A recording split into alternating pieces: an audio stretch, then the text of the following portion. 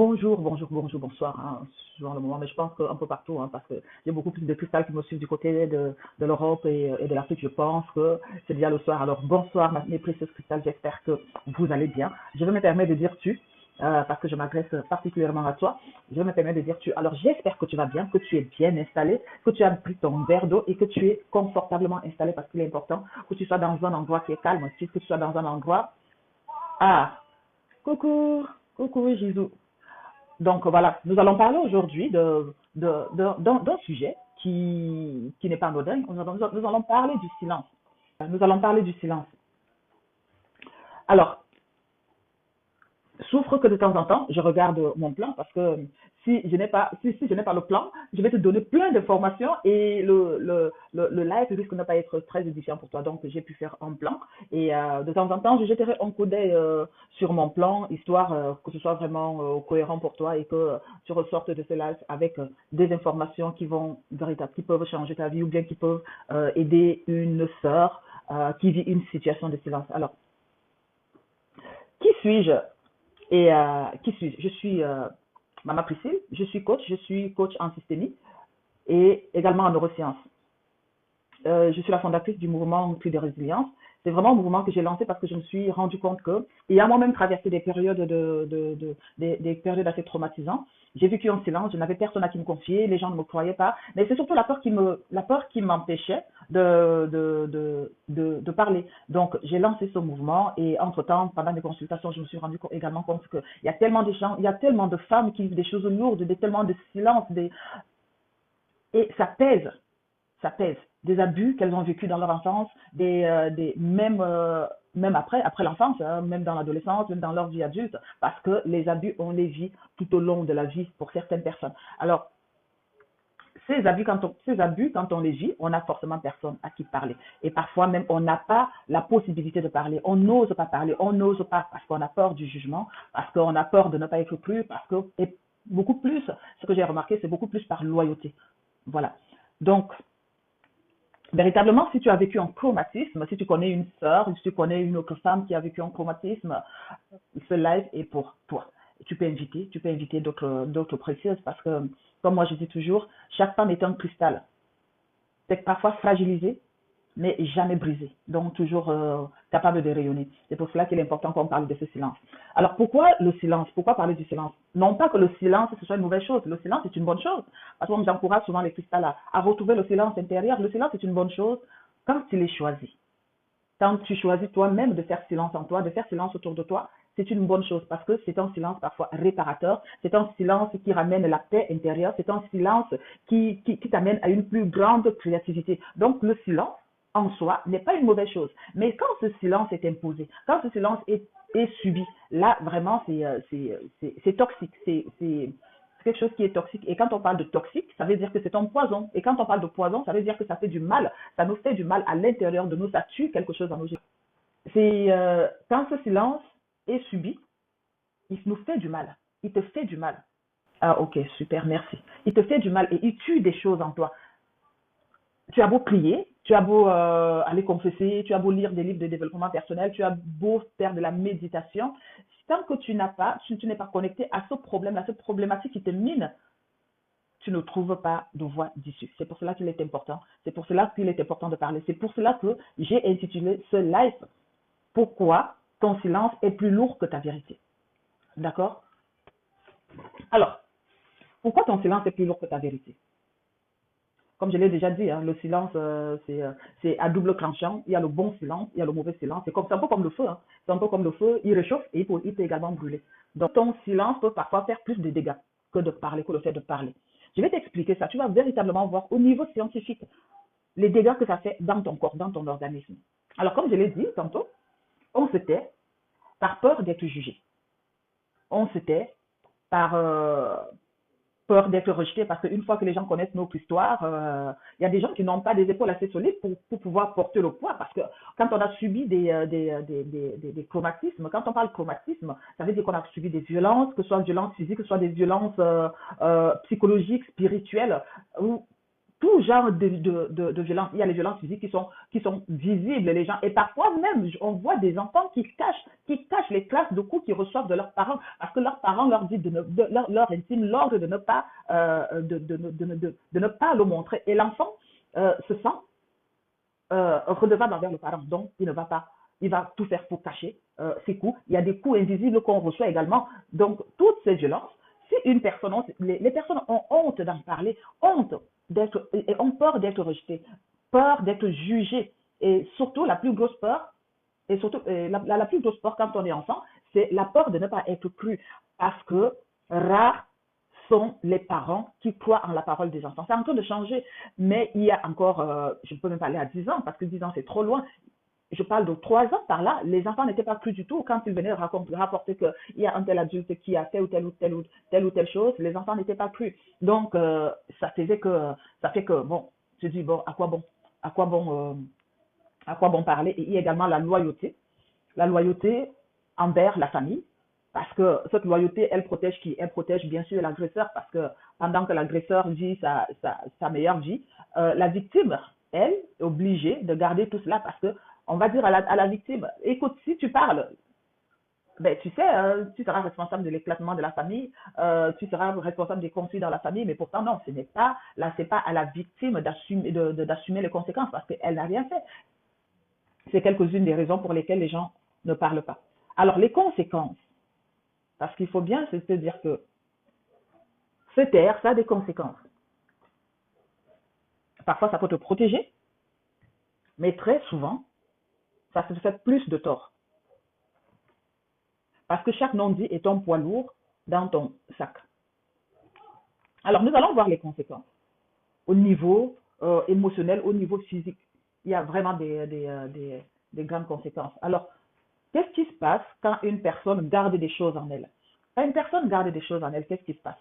Cette personne, à la fin, elle va devenir soit beaucoup plus fragile, soit elle va se créer une carapace. Une carapace où aucune émotion ne passe. Donc, ce sont des personnes qui vont devenir dures, ce sont des personnes qui vont devenir presque insensibles, qui veulent écraser tout le monde. Ou alors, c'est des personnes qui vont devenir mais vraiment vulnérables et elles vont subir tout au long de leur vie des abus encore. Donc, concrètement, ça se passe comment? Ton silence accumule en toi des émotions. C'est-à-dire que tes colères, tes peurs, tes tristesses, tout cela sont enfermés, s'accumulent au-dedans de toi. Et quand ça s'accumule, ça crée quoi? Ça crée un stress physiologique. Un stress physiologique. C'est un stress qui est permanent. Parce que imaginons tout petit peu un enfant qui a été abusé. Elle vit dans la même maison que son agresseur.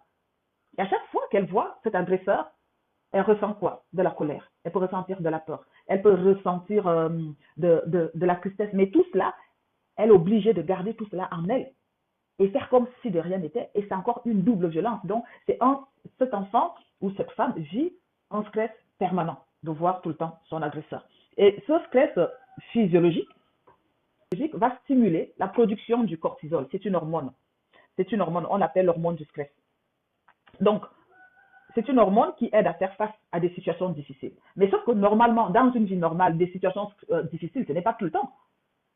Donc, quand on voit la vie de cet enfant, elle vit des situations difficiles tout le temps. Et ce qui fait qu'il y a une production en continu de ce cortisol. Et quand il y a une production continue de ce cortisol, ça diminue la sécrétion de l'ocytocine, qui est l'hormone du lien et du bien-être. On l'appelle l'hormone du câlin, l'hormone de la sécurité. Quand une personne se sent en sécurité, quand une personne se sent en sécurité, elle produit de l'ocytocine, Donc, et ça se passe aussi souvent, j'entends des personnes qui ont des chats, quand on caresse quand on caresse le chat, ça produit également de l'ocytocine. Donc, c'est l'hormone du bien-être. Donc, quand une personne produit en continu du cortisol, il y a une diminution de l'ocytocine. Et on va retrouver ces personnes qui ne sont jamais satisfaites de ce qu'elles font. Elles réussissent des choses, mais on dirait c'est pas assez, c'est rien. Pourquoi? Elles n'arrivent plus à se réjouir. Pourquoi? Parce qu'il y a une diminution de cette hormone qui est importante. Alors, quand il y a déjà ce stress physiologique, ça amène un déséquilibre hormonal. c'est vraiment un cercle vicieux en fait. Donc, ce stress physiologique amène à un déséquilibre hormonal. Donc, chez la femme, quand il y a trop de cortisol sur la durée, cela peut perturber les oestrogènes et la progestérone, ce qui influence notre cycle menstruel, ce qui influence l'ovulation, on va avoir des cycles irréguliers, ça influence même la libido et même la qualité du sommeil. Donc, tu comprends que tout cela, c'est vraiment toxique, quoi. C'est vraiment toxique. Et nous, les femmes, nous savons que notre ménopause se prépare tout le long de notre vie parce que la préménopause chez certaines femmes, c'est à partir de 40 ans. Et la ménopause, c'est une période de la vie de la femme dont on ne parle pas, mais ça crée un désordre hormonal chez la femme. Ça crée de l'anxiété, ça crée de la... C'est-à-dire en période normale de la femme. Donc, ça nous crée de l'anxiété, ça crée des angoisses, sans compter les bouffées de chaleur. On parle beaucoup plus souvent des bouffées de chaleur parce que c'est ça que les gens connaissent le plus, mais c'est beaucoup plus que ça. Bon, imagine que toi, déjà, tu ne crées pas de... Il y a une réduction de l'ocytocine et tu as les troubles hormonaux et tu arrives maintenant à la ménopause où c'est le grand boom parce qu'à la ménopause, tu ne produis même plus du tout de l'ocytocine. On ne produit plus du tout ça. Donc, ces troubles, ce déséquilibre hormonal, c'est vraiment quelque chose qui qui impacte la vie d'une femme, quoi, en fait. Donc, ce déséquilibre hormonal amène des symptômes physiques et émotionnels tels que la fatigue chronique. On va voir des personnes qui sont constamment fatiguées. Tu prends des vitamines, rien n'y fait. Tu passes une nuit de sommeil, mais c'est comme si tu n'as même pas dormi. Tu te relèves le matin, mais tu es encore fatigué. Tu te demandes, mais c'est quoi? Il faut que je change d'air. Tu vas à la montagne, tu reviens de la montagne, mais tu es toujours fatigué. Pendant que tu es à la montagne, ça va un peu mieux, mais dès que tu reviens, ça ne va pas du tout. Ça crée des troubles de sommeil, de l'irritabilité. Mais oui, justement, la personne devient irritable. Et il y a une baisse de concentration, baisse même de créativité, même retenir même les choses, ça devient compliqué. Et là, tu n'es pas encore à la ménopause. Hein. Des bouffées de chaleur, prise de poids, on va parler des tensions musculaires, on va voir des personnes qui disent que non, moi j'ai constamment mal à la tête, j'ai mal ici au niveau du cou, j'ai mal au niveau des épaules. Tout ça, on ne prend pas, on ne fait pas attention, mais c'est à cause des choses que nous avons accumulées au-dedans de nous. Et donc, le cycle recommence comme ça. Le cycle recommence et ça crée un cycle vraiment vicieux. Donc, tu auras compris que ton silence, tu payes le prix fort pour ce silence. Donc, la question, c'est, pendant qu'on continue, c'est est-ce que ça vaut vraiment le coup de continuer de te taire? Nous allons voir plus loin comment est-ce que tu peux sortir de ce silence, comment est-ce que tu peux petit à petit sortir de ce silence. Nous le verrons beaucoup plus loin. Alors, nous allons continuer. Parfois, c'est vrai que parfois on se dit, mon silence protège. Ouais, le silence protège, ouais, et c'est vrai. Mais très souvent, ce silence emprisonne. Tu as pu voir le cycle. Donc, comment donc faire? Comment sortir de cette, comment essayer de sortir de ce cercle vicieux et retrouver sa liberté, arrêter de s'abandonner pour retrouver un peu de sa liberté? Ce que je vais te dire, c'est que dire sa vérité ne veut pas dire tout exposer. Cela ne veut pas dire tout exposer, ni crier sur tous les toits que waouh, on m'a fait ci, waouh, on m'a fait ça. Non, ce n'est pas ça. Parce que ta vérité, c'est toi. Tu connais ta vérité. Et quand tu la tais, quand tu tais cette vérité, tu es en train de t'effacer. Tu es en train de t'effacer toi. Et pendant ce temps, ton agresseur, lui, tu lui donnes toute la place. Tout le podium est pour lui. Mais toi, zéro, nada. La vérité ne supprime pas la douleur d'un coup. Ça, je vais être franche avec toi. C'est pas parce que tu vas commencer à parler que ben voilà, hop, voilà, si tu retrouves, tu guéris instantanément. Non. Mais elle ouvre la porte. Cette vérité, le fait que tu oses parler, peut-être pas très fort, peut-être pas très longtemps, mais le fait que tu oses parler, ça ouvre la porte à, à ta guérison. En fait, ça veut dire quoi? Quand on parle de commencer à parler, ça veut simplement dire que tu t'avoues à toi-même ce que tu as vécu.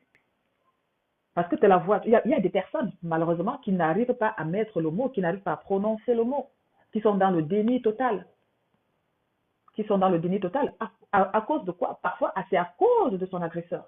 Parce que l'agresseur lui a fait comprendre que non, non, non, c'est pas bien grave. Et que c'est normal ce qu'elle a subi. Donc, il n'y a pas de quoi en faire un plat, quoi. Donc, et elle le sait. Il y a une voix en elle qui lui dit que ce n'est pas normal.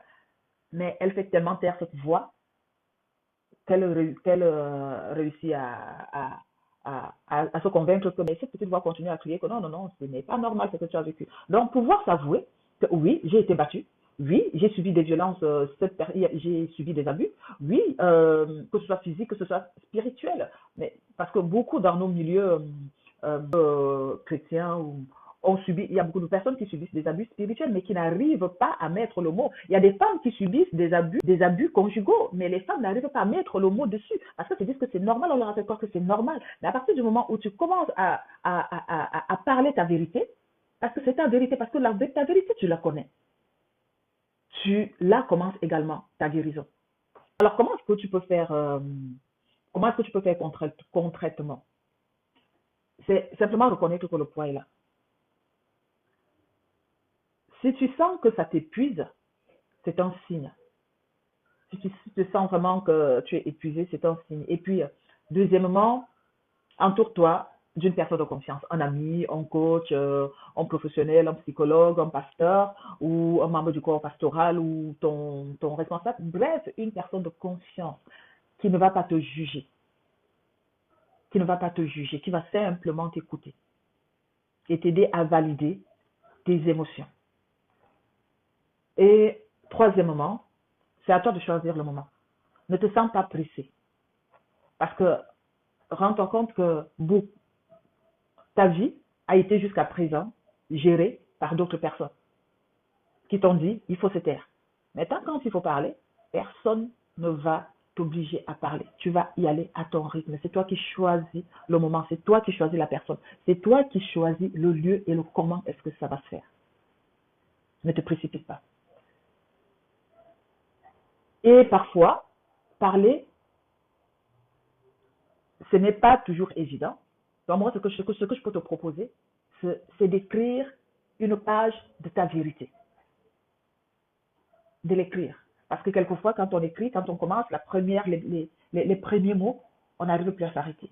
Et quand tu finis de l'écrire, tu la relis, tu dis oui, c'est ton histoire, tu as vécu ça, ça te fait mal, oui. Donc vraiment, c'est mettre les mots sur le papier et juste respirer. Mais quand tu as parlé, il faudrait vraiment que tu es une personne de confiance parce que c'est pas toutes les personnes qui peuvent porter le poids de ce que tu as vécu. Alors, ce que je veux que tu retiennes aujourd'hui, parce que nous tirons tout doucement à la fin, bon, ce que je veux que tu retiennes aujourd'hui, c'est très simple. En fait, ton silence peut te détruire plus que ta vérité. Voilà, c'est vraiment ça que je veux que tu retiennes aujourd'hui. Et ce n'est certainement pas un appel à tout dire, mais à ne plus t'abandonner dans ce silence. D'accord? C'est ta vérité. Écris une page de ta vérité ou appelle une personne de confiance. Voilà.